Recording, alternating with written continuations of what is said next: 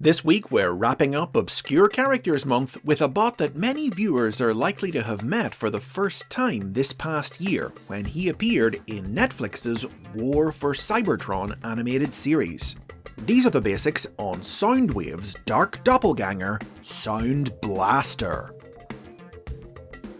The original Soundwave toy was first released in the Japanese toy line Microchange in 1983. It transformed into a micro-cassette player and was imported by Hasbro to become part of the first year of the Transformers line in 1984. The sinister Decepticon communications officer would prove to be one of the line's most popular figures, thanks in no small part to the toy's ability to interact with the Decepticon cassettes that could fit in its chest door, and it would continue to be sold right the way through 1986. After that, Hasbro were content to discontinue the figure, but their Japanese partner Takara had a different idea. In 1987, they released a retooled, recolored version of the toy exclusively in their markets, representing a powered-up version of Soundwave. It was given a new, thicker chest door that could hold 2 cassettes instead of just 1, a cool black paint job, and a new name, SOUNDBLASTER.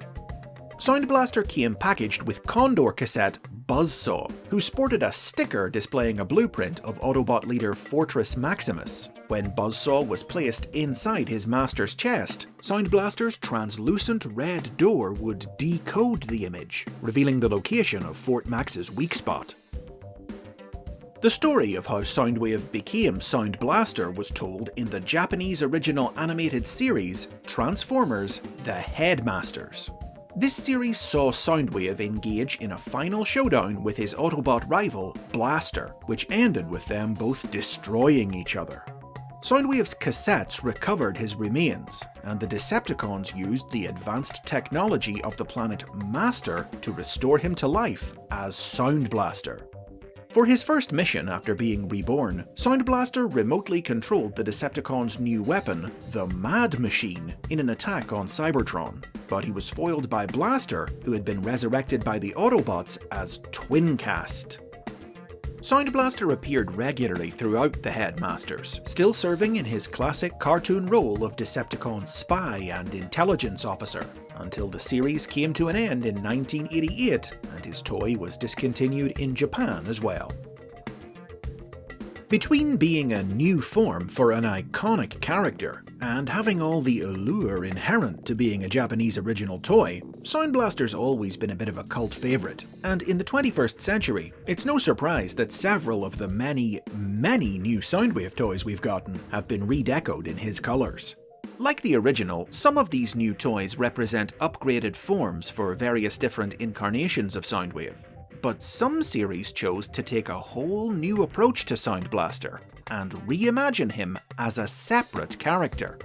The first piece of media to do this was the 2004 Transformers comic book by Dreamwave Productions. In this series, SOUNDBLASTER was a clone of Soundwave, created by Decepticon scientist Shockwave. Appearing only in a brief one-panel cameo among a batch of clones gestating in Shockwave's lab, SOUNDBLASTER's inclusion in the comic was really just a little Easter egg for hardcore fans to spot. But in the world of the Transformers, you never know when an idea, big or small, will take on a life of its own. The first new SOUNDBLASTER toy was a recolor of the Transformers Cybertron Soundwave figure, released exclusively in the Japanese version of the toy line in 2006. It transformed into a stealth bomber and came with a Buzzsaw who turned into a bomb. This version of SOUNDBLASTER was also a separate character from Soundwave, and featured in the Japanese prose story Beast Wars Reborn, which revealed that the name SOUNDBLASTER was only an alias. His true identity was Logos Prime, one of the legendary 13 Primes, the first Cybertronians created by the Transformers god Primus in the ancient past, who possessed vast powers over space and time. Once a noble being, Logos was driven mad by an encounter with the hyperdimensional monster Hyperion, and now sought to pass his powers on to a successor who would wreak chaos upon the universe. To this end, he resurrected Maximal leader Optimus Primal and Predacon leader Megatron following their deaths at the end of the Beast Machines animated series, and had them compete to be the inheritor of his power. His actions drew the attention of his brother Vector Prime, who put a stop to his plan in a battle on the astral plane. Now, Logos Prime was introduced at a time when the concept of the original 13 Transformers was still very new, and the group's full roster hadn't yet been developed. As Hasbro continued to flesh out the idea in the years that followed, they opted not to include Logos in their finalized list of the group's members, which is what all subsequent series to feature the characters is worked off of, so this version of Sound Blaster has been mostly forgotten, though he was occasionally mentioned in stories from the Transformers Collectors Club. The first Sound Blaster inspired recolor to be released in Hasbro markets arrived in 2009 in the Transformers animated toy line. It was named Electrostatic Soundwave and came packaged with Ratbat, who transformed into a keytar synthesizer.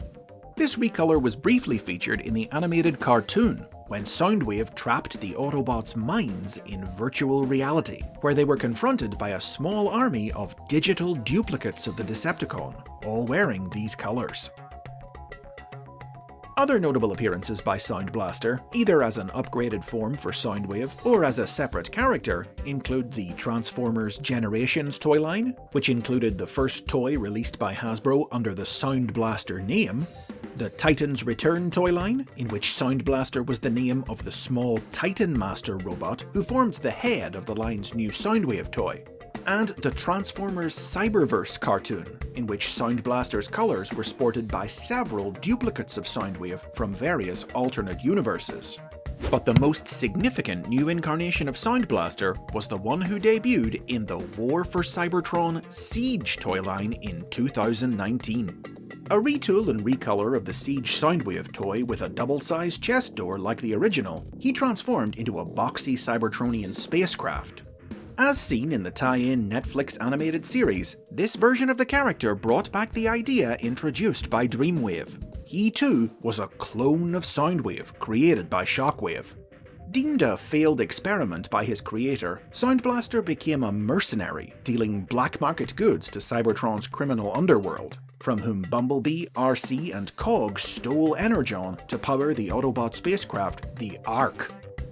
The initial release of the toy had a Decepticon symbol, but when it was re-released in the Generations Selects toy line in 2021, this was replaced with a new mercenary insignia to match the cartoon.